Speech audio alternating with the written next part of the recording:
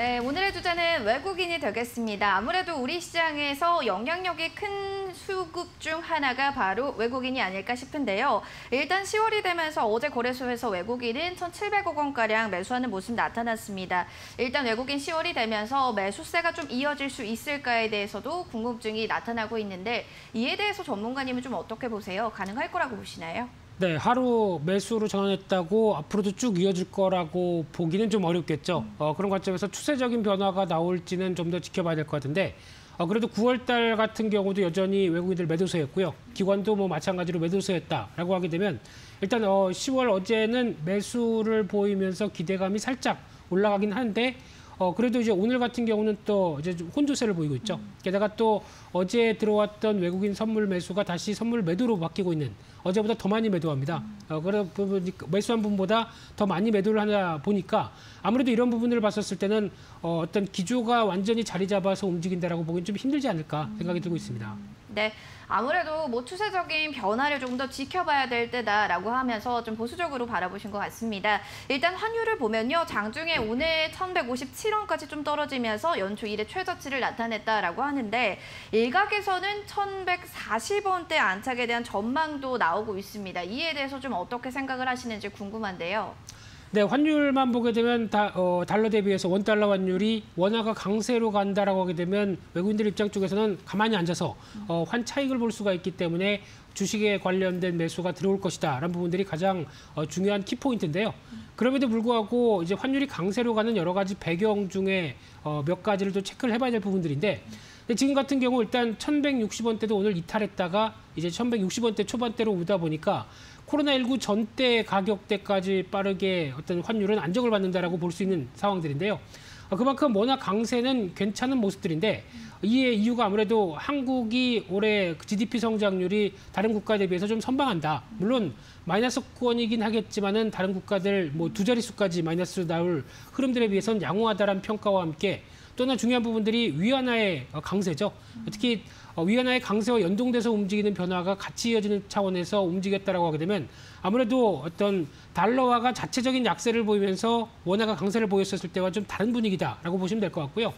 그렇게 되면은 달러화의 약세 흐름들이 같이 이어지면서 나왔던 변화가 나왔을 때 오히려 외국인들이 달러 연계에서 나올 수 있는 매수세는 확대가 될 수 있는데 지금은 아직 달러 인덱스를 보게 되면은 여전히 방향성이 그렇게 살짝 강세로 갔을 뿐 오히려 어떤 큰 변화는 없다라고 하게 되면은 아직 본격적으로 외국인들 매수를 기대하기는 좀 이르다라고 보는 게 맞다고 봐야 될 것 같습니다. 네, 달러 인덱스의 추가 약세가 제한적으로 좀 염두가 되기 때문에 일단은 수급적인 외국인들의 움직임을 조금 더 지켜보는 게 좋을 것 같습니다.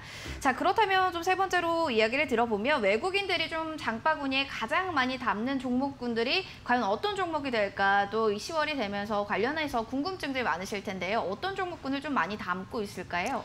네, 9월 달은 외국인들이 순 매도를 보였음에도 불구하고 IT 관련된 쪽은 1조 원대 매수를 했습니다. 그만큼 IT 관련 쪽을 9월 달에 샀다는 얘기는 실적을 좀 대비하겠다는 입장이 좀 크다고 봐야 될 것 같고요. 게다가 또 10월 달 어제 같은 경우 동향을 보게 되면 코스피 쪽에서는 대표적으로 LG화학, 현대차, 그리고 카카오, 네이버 여전히 또 실적에 대한 기대감이 높은 종목들이죠. 게다가 포스코, SK하이닉스 같은 종목들을 매수를 했다고 보여지고 있고요. 코스닥 쪽에서는 CJN이나 웹젠, 그리고 KMW, 나이스평가정보, JCN 시스템까지 특히 JCN 시스템은 최근에 나오는 게 뭐 화상회의 관련된 쪽에서 그렇게 크게 부각되지 못한 종목이다. 이런 쪽에서도 매수세가 들어오긴 했는데 또 금방 빠져나갈까 봐 또 걱정이죠. 그러다 보니까 이런 쪽에서 어제 같은 경우는 매수세가 좀 집중됐다라고 볼 수 있을 것 같습니다. 네, 아무래도 외국인들도 실적주를 조금 더 눈여겨보는 것 같습니다. 그래서 뭐 삼성전자 실적에 대한 기대감 지금 가지고 있는데 외국인들이 더 많이 눈여겨보는 종목 중 하나가 될 거라고 생각이 듭니다. 외국인들 힘받고 좀 6만 원 돌파 가능성 가능하다고 보시나요? 안착 시도는 나올 수 있어도 안착이 지속되기는 좀 어렵지 않을까 생각이 들고 있는데요.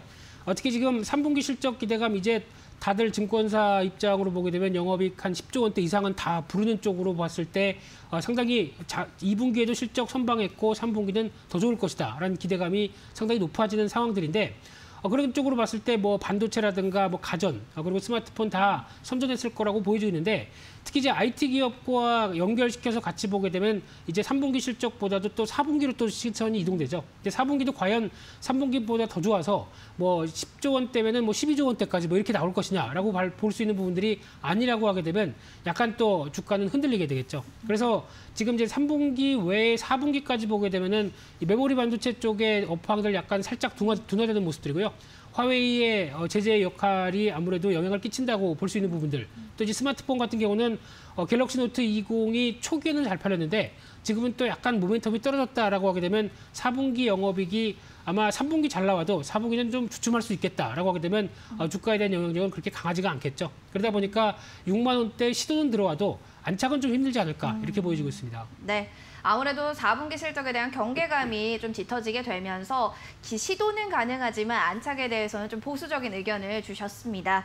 자, 그렇다면 이 밖에도 외국인의 매수 대 또 매도의 종목 특징을 좀 나눠서 본다면 어떤 특징이 있을까요? 네, 일단 지금까지 외국인들 쪽에서 끌어왔던 동향을 봤었을 때는 바이오 관련된 셀트리온을 비롯한 종목들은 이제 매도 쪽으로 자리를 잡는 것 같고요. 그래도 앞서 말씀드렸던 것처럼 자동차 쪽 그리고 2차 전지 관련된 쪽에 대한 종목들의 매수세가 좀 눈에 띈다라는 부분들과 함께 특히 또 네이버 카카오 말씀드렸었죠. 이쪽은 언택트 쪽에서 가장 또 수혜를 받는 쪽으로 봐서 주가가 많이 올랐다가 기간 조정 이후에 3분기 실적도 여전히 좋을 것이다. 그러다 보니까 외국인들이 다시 담는 분위기로 봐야 될 것 같고요. 그만큼 조정을 어느 정도 좀 보여줬다라는 관점들이 눈에 띄고 있는데 게다가 또 경기 민감 섹터들도 좀 선별적으로 매수했다라고 보게 되면은 일단 이런 흐름을 봤었을 때 상반기보다 개선되는 하반기를 보는 실적에 대한 변화가 그리고 또 가장 중요한 키워드로 자리 잡으면서 시장의 흐름들을 맞춰가는 게 아닌가 그렇게 보여지고 있습니다. 네. 실적의 변화 상반기보다는 하반기가 좋은 종목군들에 대해서 좀 더 눈여겨보고 있다라는 이야기 좀 전해 들었습니다. 자, 그렇다면 외국인들 장바구니 속에 들어있는 종목군들 안에서 또 살펴보셨을 때 대표님의 입장에서 어떤 종목군이 좀 최선호주로 볼 수 있다라고 생각을 하시나요? 네, 앞서 잠깐 드렸던 얘기 중에 하나가 나이스 평가 정보 얘기를 말씀드렸는데 이 종목에 대한 동향들 최근 들어서 외국인들이 꾸준히 매수세를 보이고 있습니다. 그런 관점에서 과연 뭐가 있을까라고 보게 되면은 대표적인 케이스가 이제 국내 유일이죠. 개인 신용 정보 그리고 기업 신용 정보 모두 다 취급하다 보니까 그만큼 신용 정보 관련된 부자입니다. 그런 쪽에서 이제 데이터를 충분히 활용해서 수익성으로 활용할 수 있겠다는 관점이다 보니까 이 마이데이터 사업 쪽의 수혜 그리고 또 디지털 뉴딜 관련된 쪽에서도 수혜를 볼 수 있겠다는 관점들이 상당히 높게 있고요. 특히 연간 실적으로 보게 되면 꾸준히 좋아졌습니다. 그런 관점에서 올해 내년도 실적에 대한 변화가 이런 성장에 대한 흐름들로 계속 가져간다라고 하게 되면 주가가 다시 반응할 가능성이 높다는 쪽에서 무게를 맞춰야 될 것 같고요. 그런 측면으로 봤을 때 지금 주가 동향을 보게 되면 한 그래도 등급은 한 2등급 정도로 보면서 적어도 직전 고점대를 안착할 수 있는지 여부들을 확인해야 될 것 같고요. 그러다 보니까 1차 목표가는 올해 5월 달에 장중에 보였던 25,000원대 부근 정도까지는 충분히 갈 수 있지 않을까 생각이 들고 있고요. 손절가는 18,700원대로 중기 지지권 이탈하는 가격대를 손절가로 대응한 전략에 포커스를 맞추고 싶습니다. 네. 외국인이 담은 최선호 종목 중에 나이스 평가 정보에 대해서 이야기해 주셨습니다. 일단 디지털 뉴딜 수의 시각과 더불어서 마이데이터 사업까지는 긍정적인 모멘텀이 있다라고 해주셨는데요. 직전 고점 안착하는지 이 여부 파악이 중요할 것 같습니다. 오늘 좋은 말씀 주신 펠리치 투자인 리서치 김민수 대표님과 함께했습니다. 고맙습니다. 감사합니다.